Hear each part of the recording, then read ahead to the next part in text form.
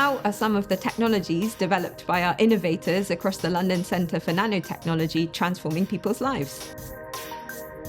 We use spin defects in nanoparticles. So in our case, in diamond nanoparticles, tiny diamonds. So to do this, we can label these proteins or DNA with nanoparticles containing these quantum spin defects.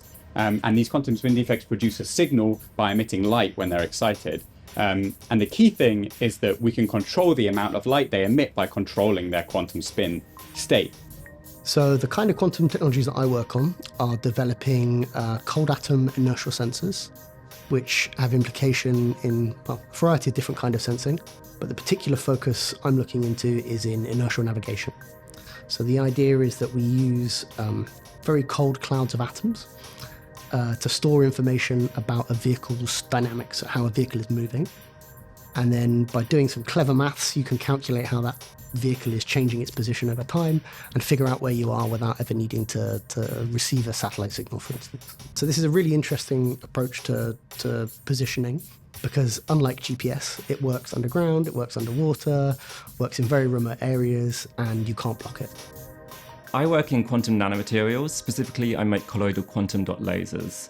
So quantum dots already make a big impact in society. You can now go to the shop and buy a QLED TV. This Q stands for quantum dot. For my research, I work more about moving the advantages of quantum dot materials into communications technologies and making very, very small lasers.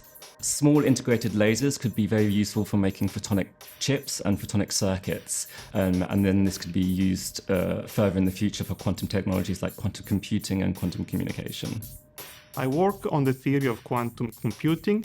My research is about quantum algorithms, namely how can we use quantum computers to solve problems faster than classical computers.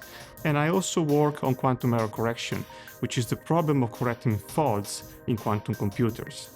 Quantum computers could change people's lives in several ways. One thing that I'm particularly excited about is their ability of predicting properties of materials and molecules more accurately, which can lead to better drugs to cure disease and more sustainable materials.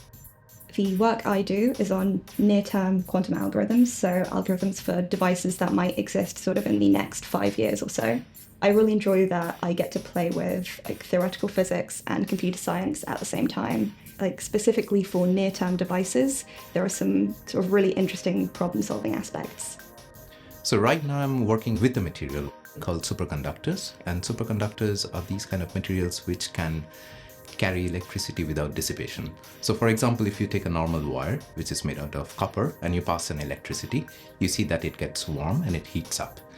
But in superconductors, our materials, if you cool it down to very low temperatures, they don't heat up, so they don't dissipate any heat. And that happens because of a very interesting quantum state that the whole material gets into, where all the electron motions are entangled with one another. In our lab, we work with microparticles and nanoparticles, and we can try and control them so well that their motion becomes quantum. And then we really hope that we can use that in technology as well as fundamental science to learn if quantum mechanics really plays a role at the scale of us as humans.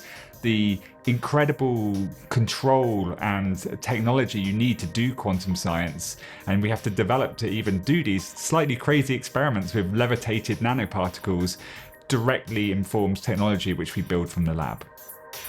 So my work is on quantum phases of matter. So these are phases beyond solid, liquid, gas that are inherently enabled by quantum physics.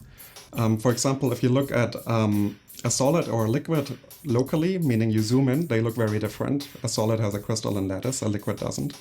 And in quantum physics, you can have new phases of matter, like, for example, topological phases, which are my field of research, that are indistinguishable locally. So if you zoom in, they look all the same, and yet they are very different globally. And they could be used in principle for error-free quantum computation and storing quantum information in a reliable way. Currently, quantum technologies operate at very, very low temperature. So this requires helium, which is a bit of a scarce resource. It requires also a lot of energy to be put within the quantum infrastructure there in order to run the system. So this is an example for computing, which operates at very, very low temperature. So the molecules have got some advantages in which we could imagine them to be implemented at room temperature, because some of the properties that we require for quantum information storage and propagation can be observed at room temperature in those types of materials. So it's a really encouraging sign there for using those materials in sort of sustainable ways, and also in the ways that we process them, that's all done, again, at room temperature in moderate environment in terms of the vacuum and the substrates required and so on. So the processing itself is also very sustainable. So where will quantum take you?